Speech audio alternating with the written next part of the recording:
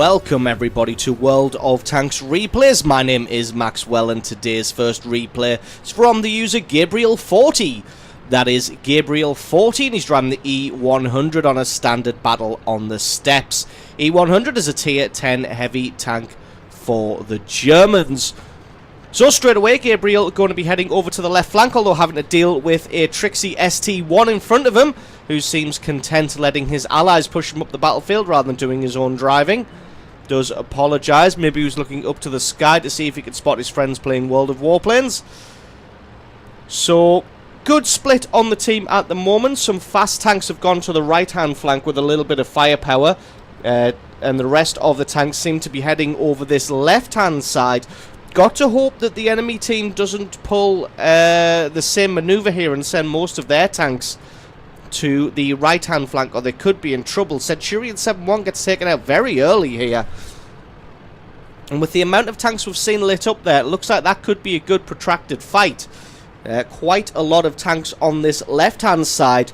Whoever they're going to meet here, possibly just going to steamroll over them, unless the rest of the enemy team is just lying in wait to pound down on them.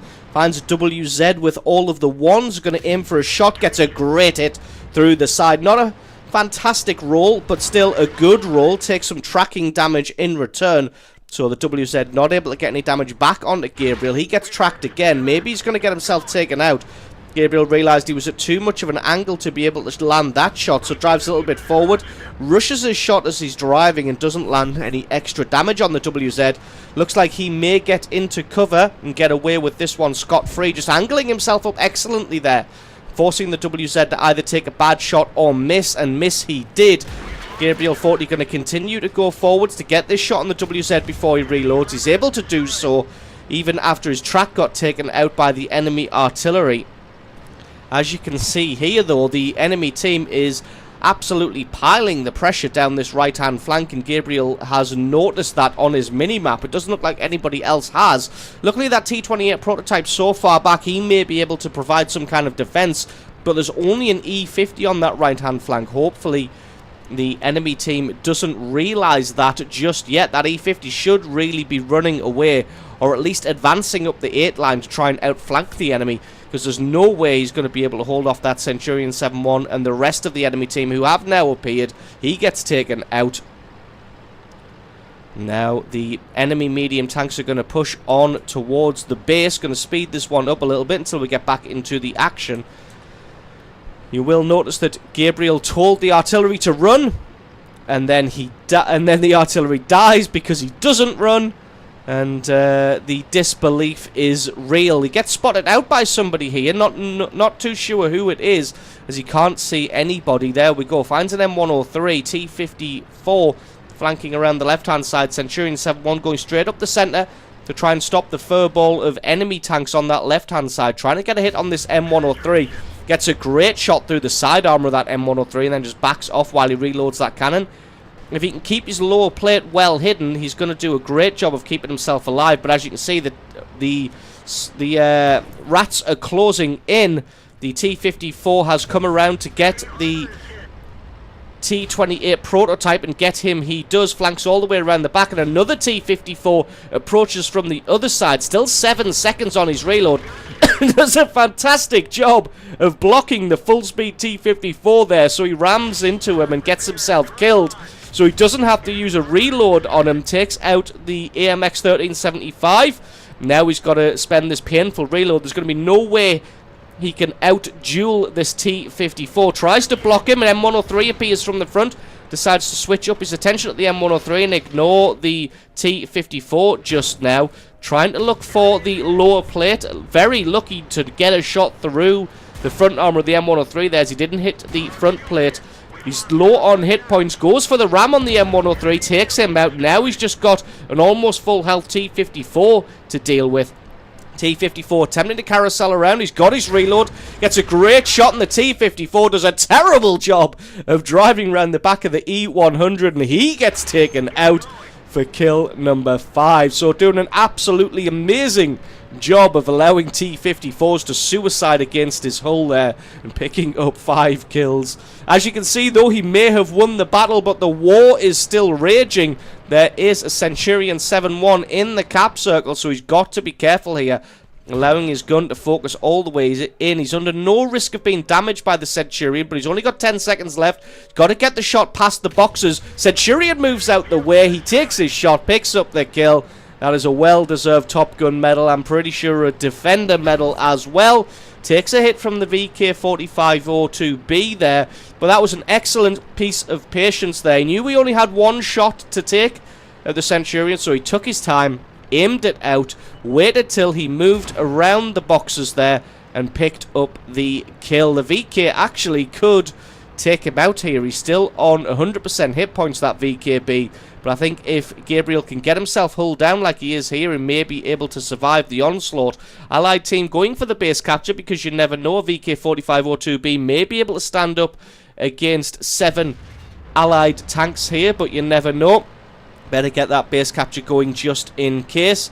But still an absolutely amazing game played there by Gabriel 40, picking himself up 6,500 points of damage and picking up the victory for his team, allowing his team to go for the victory thanks to the amazing cap reset and thanks to the amazing dueling capabilities of himself in his E100, taking on 4 tanks at the same time, 2 T-54s, an AMX and an M103, and allowing the T-54's terrible driving to crash into him and get themselves killed. So absolutely awesome replay from you. Thank you very much for sending that one in. Don't forget to stick around because, as always, there is another game coming right up. And our second replay today is from the user Barbican. That is Barbican, and he's driving the Conqueror on an encounter battle on Lakeville. Conqueror being a tier 9 heavy tank for the British. Now, I know I featured a Conqueror replay fairly recently, but this one just fits with the theme of the first replay. So, as you can guess, this one is probably going to be some close quarters fighting this tank versus a few enemies, but just sit back, relax. I don't want to give too much away before the replay even gets started. So straight away, Barbican going to be heading towards the city, having a look to see if he can pick out the Super Pershing and cross the way there. Has a shot, but at this range, Super Pershing's armor can be very difficult to penetrate because it's hard to hit the weak spots. But still going to be moving inexorably towards the city, as like I said, that is where the cap circle is. Looks like a lot of the enemy team deciding to move straight up that road by the looks of it.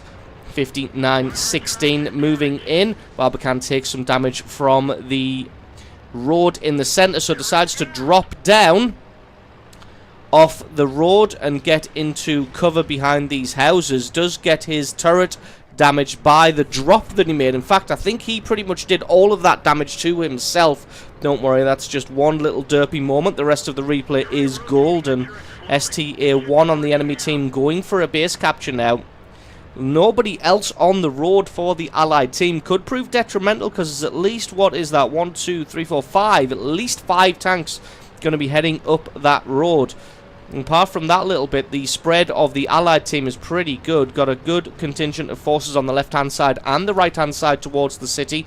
Thinking about ducking left and going into that little cubby hole, but just deciding against it, as there are 2 people capping the base now. Gets a great shot on the Centurion 1, and then angles himself up behind the building so that he's in a good side-scraping position. As you can see, takes a shot from the Centurion 1 there, but doesn't take any damage.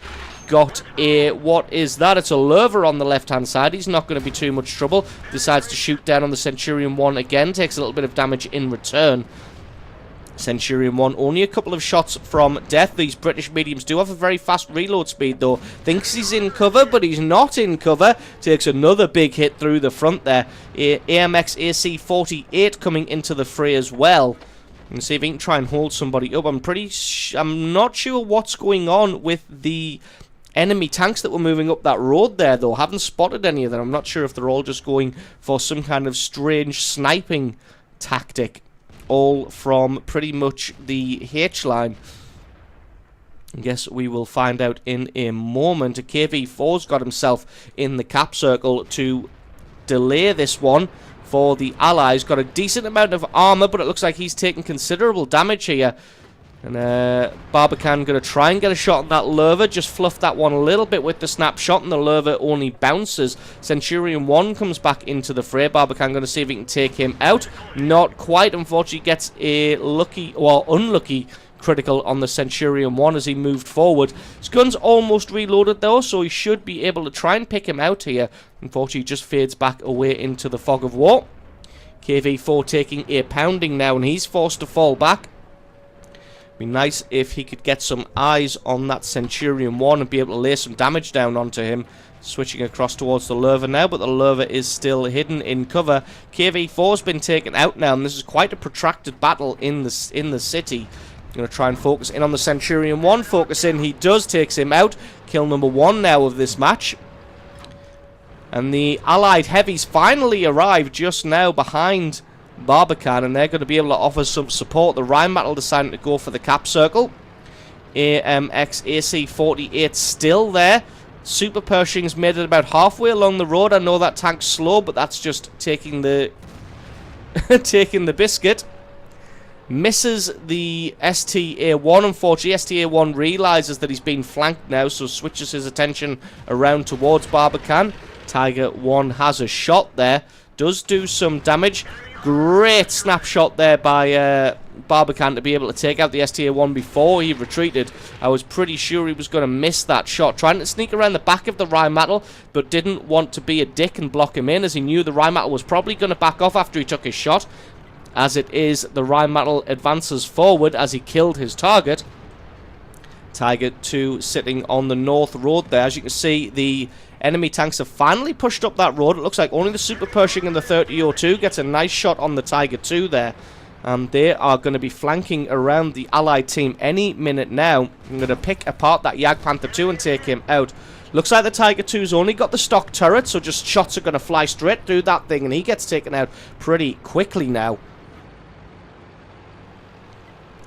And as you can see, they have finally won the city. The T-44 is going for a base capture. Tiger 1 looks like he's doing the same, but the Allies have lost the battle for the road. Not that that's too big a deal, as they are pretty 50-50 on the swampy pass on the far left-hand side. Tiger 1 and the T-44 both going for the base capture. Looks like the Rheinmetall is trying to find this T-44. Last spotted in and around those small houses there. Barbican trying to drop back to see if he can offer some support to their Jagdpanther 2 against the Super Pershing and the VK-3002. Unfortunately, he's just a bit out of render range, and this tank isn't the fastest, so not getting into render range anytime soon.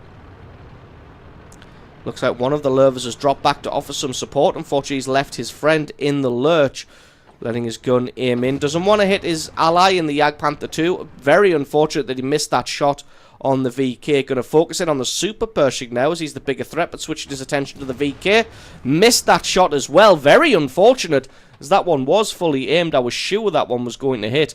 Now there's just that Lurva left on the other flank. Luckily, the Tiger 1 and the T-44 still going for a base capture there. Rheinmetall has been taken out. I didn't see who that was by.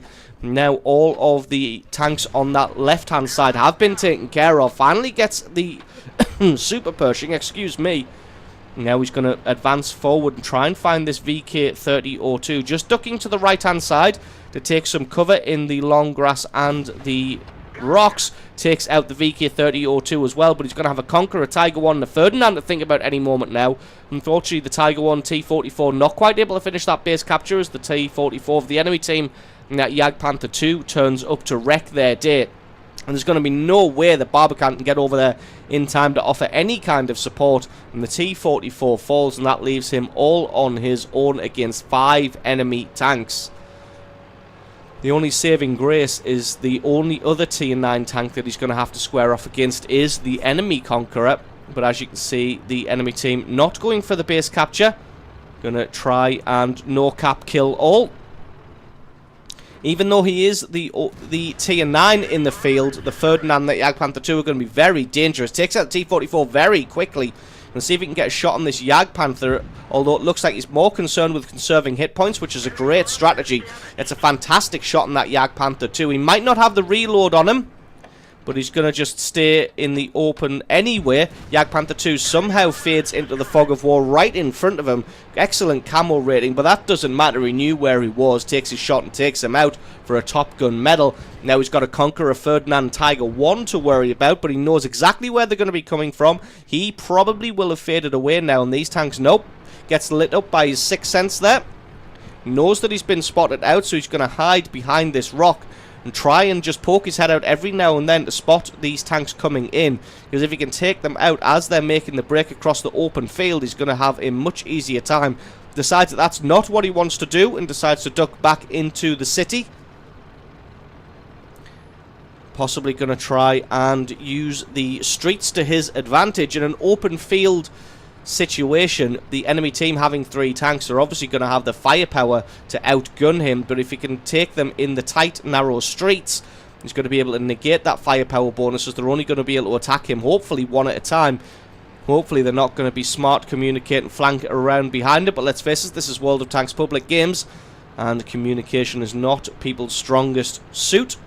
Going to come around the corner, see who we can spot out. Spots out the Ferdinand. Ferdinand rushes his shot and just about bounces that one. He's probably going to have the reload on the Ferdinand. Ferdinand goes for a ram for some reason. Bounces his next shot as well. He might have the stock gun, but I'm not sure. Barbican puts his next shot in the exact same penetration hole, and he gets the kill on that one as well. Gotta be careful that this Tiger 1 or Conqueror aren't flanking around behind him. I think Barbican had exactly the same thought at exactly the same time I did. Decides to spin himself around, see who's there. There's the Tiger 1, comes flying round the corner, takes some damage from him. Didn't take any damage from the Ferdinand, but took damage from the Tiger. Trying to straighten himself up and get his front armor on target, because the reload of this Tiger 1 is substantial. Takes him out. Conqueror fluffs his shot. That could have been enough to take him out. Barbican's got to charge him down now. He's got to get the reload on this Conqueror. The Conqueror's going to take him out. Takes his shot, picks up the kill. Kill number 9, 4,500 points of damage, and picks up the victory. So absolutely awesome. Awesome replay there from Barbican, picking up 9 kills, 4,500 points of damage, and winning that one against 5 tanks, all on his lonesome at the end there. So absolutely awesome. Awesome replay from you. Thank you very much for sending that one in. Don't forget, guys, if you've got yourself a great replay, please send that into replay@screenreality.com. The link for that is in the description. Just attach the replay file itself or the link to the What Replay website to the email, and I can check that one out for you. And don't forget, if you enjoyed this video, you found it useful, informative, you enjoyed it, or you learned something, then think about hitting that subscribe button, because there's a lot more World of Tanks content on this channel. I've been Maxwell, this has been World of Tanks Replays, and I'll catch you guys next time.